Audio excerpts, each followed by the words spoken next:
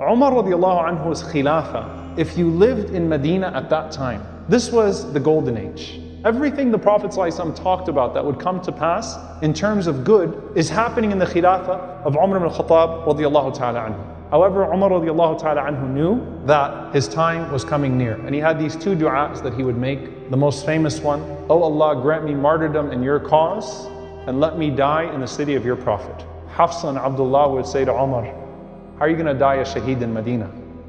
Battles don't happen in Medina." He said, if Allah wants it to happen, it's going to happen. He had another dua. He said, "Oh Allah, do not let me be killed at the hands of someone who prostrated towards you, he made sujood to you, that he would argue against me on the day of judgment with it." Meaning, don't let me be killed by a believer. So subhanAllah, his dua is to be killed by a non-Muslim in Medina as a shaheed. Three things that seem completely impossible. So how does this shahada come about? It starts with a man by the name of Abu Lulu al-Majusi. Abu Lulu was a skilled craftsman. He used to make weapons of war. And he works under Mughira ibn Shu'bah radiyallahu ta'ala anhu. Now, Abu Lulu complained to Umar ibn al-Khattab radiyallahu ta'ala anhu, and Umar radiyallahu anhu was a just man. But Abu Lulu complains that the commission that he's taking from the weapons of war are too much, and I'm working too hard. So Umar radiallahu ta'ala anhu, he takes his complaint, he weighs the evidence on both sides, and Umar radiallahu ta'ala anhu comes to the opinion that it was a fair commission that he was taking. So Umar radiallahu anhu tells him that, it's not an unjust salary that he's taking or a portion that he's taking from you. And at the same time, he tells al-Mughira ibn Shu'bah to be lenient with him, to be just with him. But Abu Lulu was enraged by just that judgment.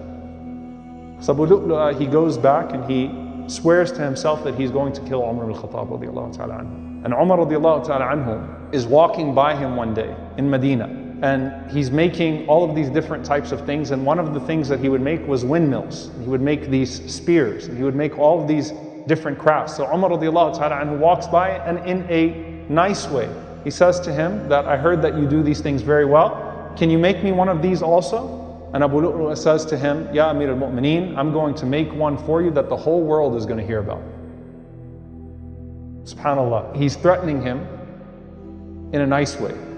Umar is not illiterate or naive in this situation. Umar radiallahu ta'ala anhu, he walks away and he's laughing as he's walking away, and he says, "He just promised to kill me." So the Sahaba say to him, "Well, why don't we apprehend him and why don't we kill him first?" He says, "Ayuqtalu ala dhann?" You want him to be killed over a suspicion? He said, "No, absolutely not. That's my hunch from him, that's my sense from him, but it's the qadr of Allah subhanahu wa ta'ala, whatever happens as a result of that." Now subhanAllah, there are these dreams that then start to happen.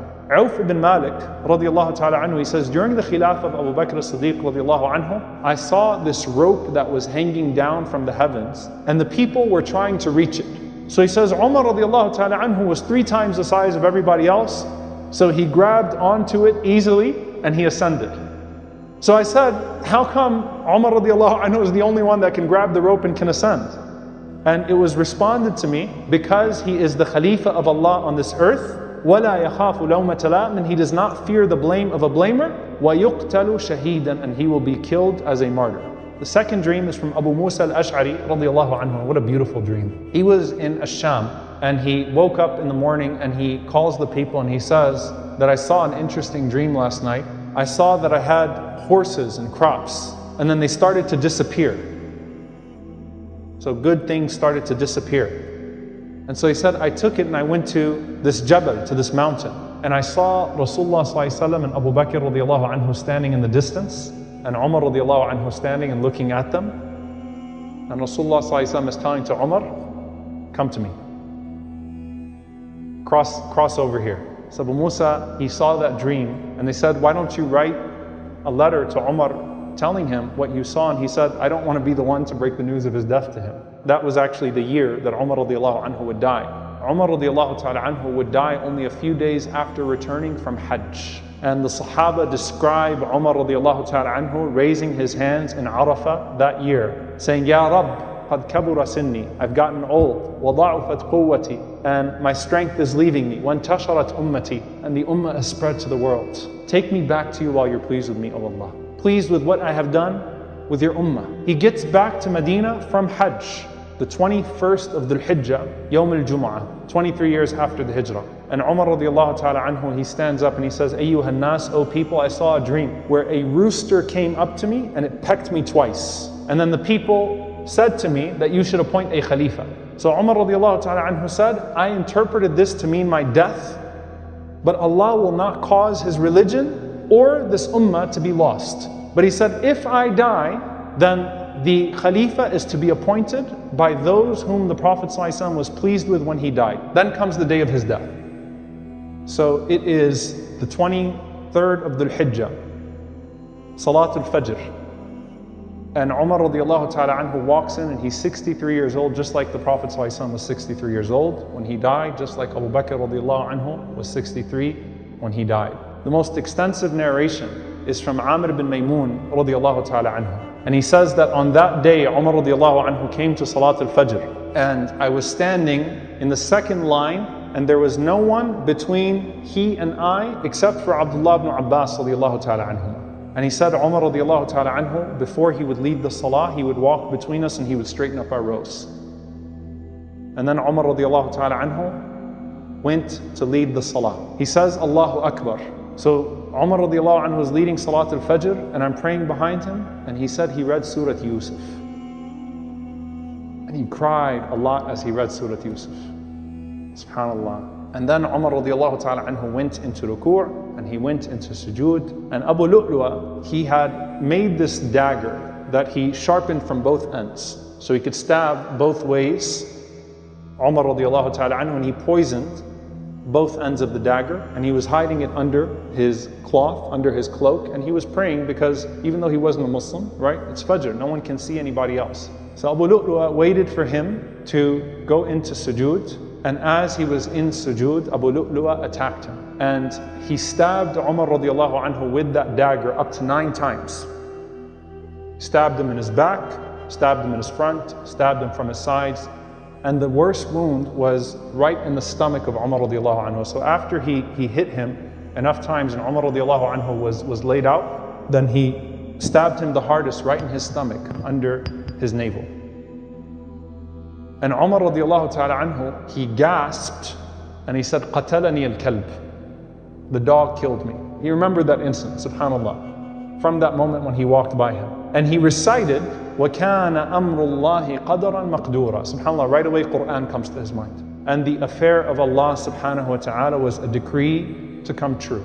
And the people that were around Umar, some of them started to help him, and then some of them went to pursue Abu Lulu. And Umar radiallahu ta'ala anhu, what's his concern as he's laying there about to die?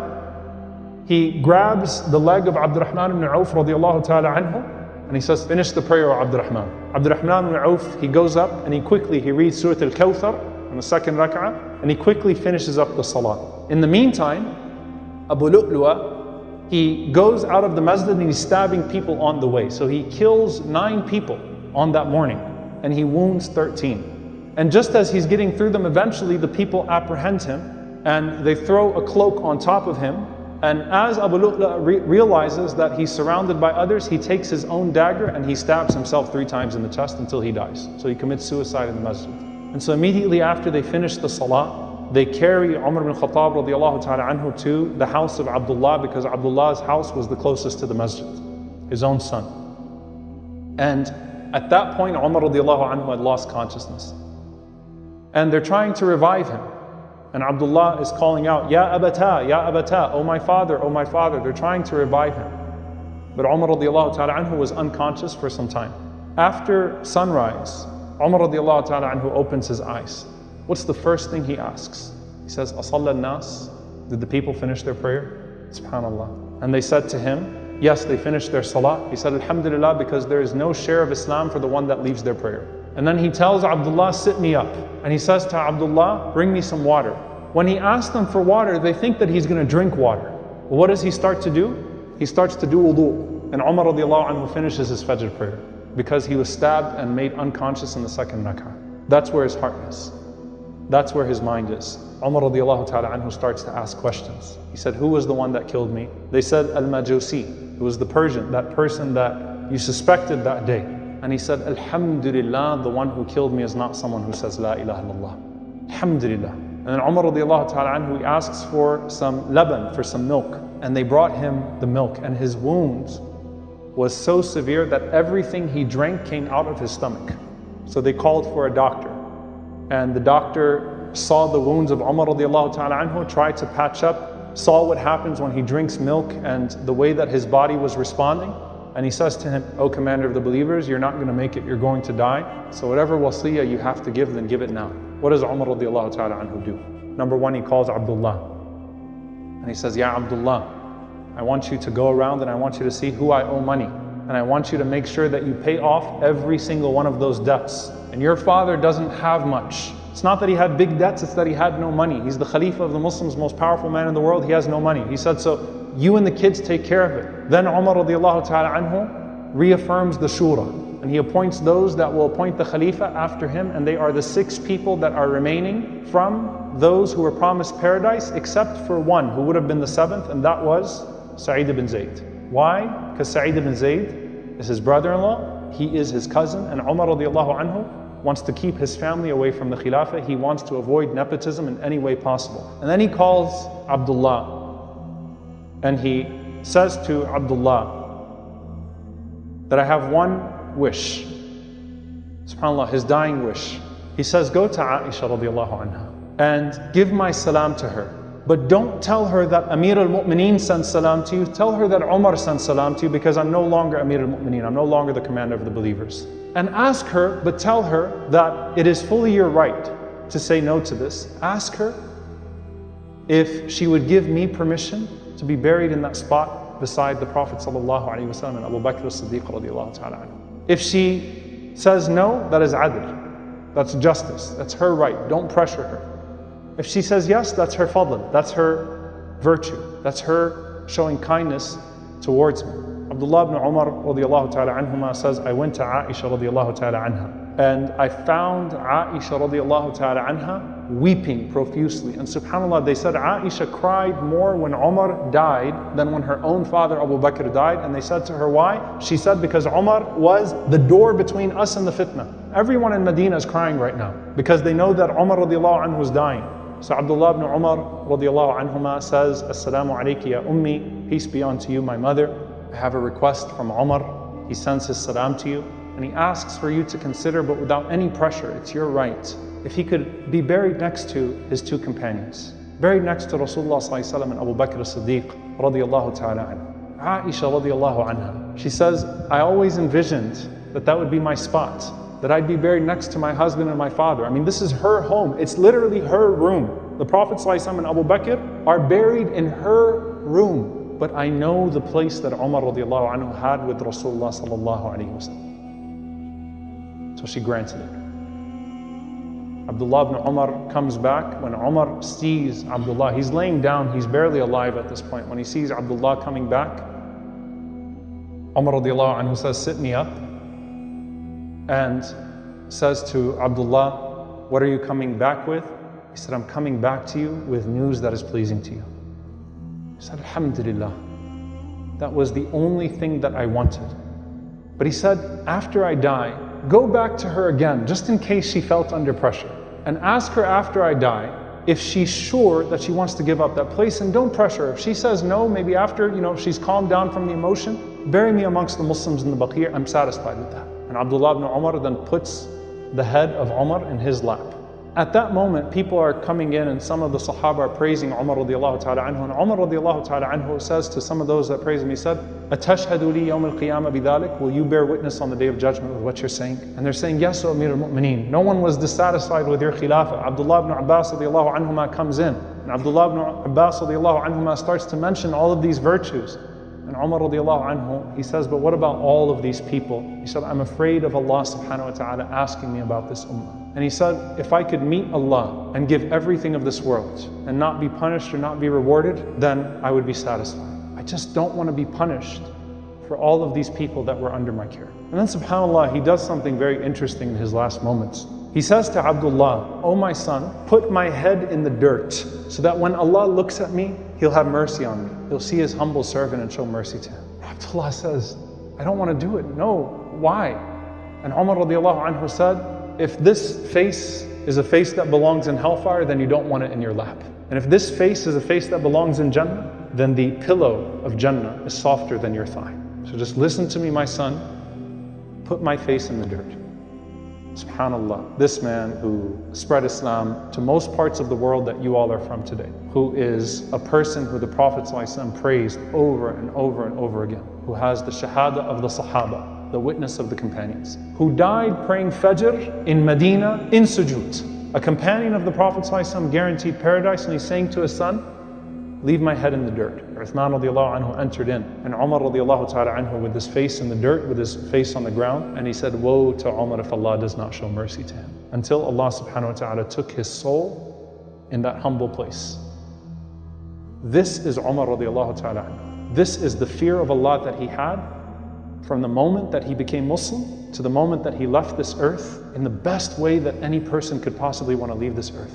This is a man who one day set out to kill the Prophet ﷺ and ended up being buried next to the Prophet ﷺ. The way that they're buried, the Prophet ﷺ is buried, Abu Bakr radiallahu ta'ala anhu is buried with his head to the shoulder of the Prophet ﷺ, and Umar radiallahu anhu is buried with his head to the shoulder of Abu Bakr radiallahu anhu. SubhanAllah, you think about the people rising from their graves on the Day of Judgment. And I want you to imagine the scene when the Prophet ﷺ and Abu Bakr and Umar radiallahu anhuma rise from those graves and proceed to al-Mahshar, to the place of assembly. And the Prophet ﷺ entering into Jannah, as he said with Abu Bakr and Umar,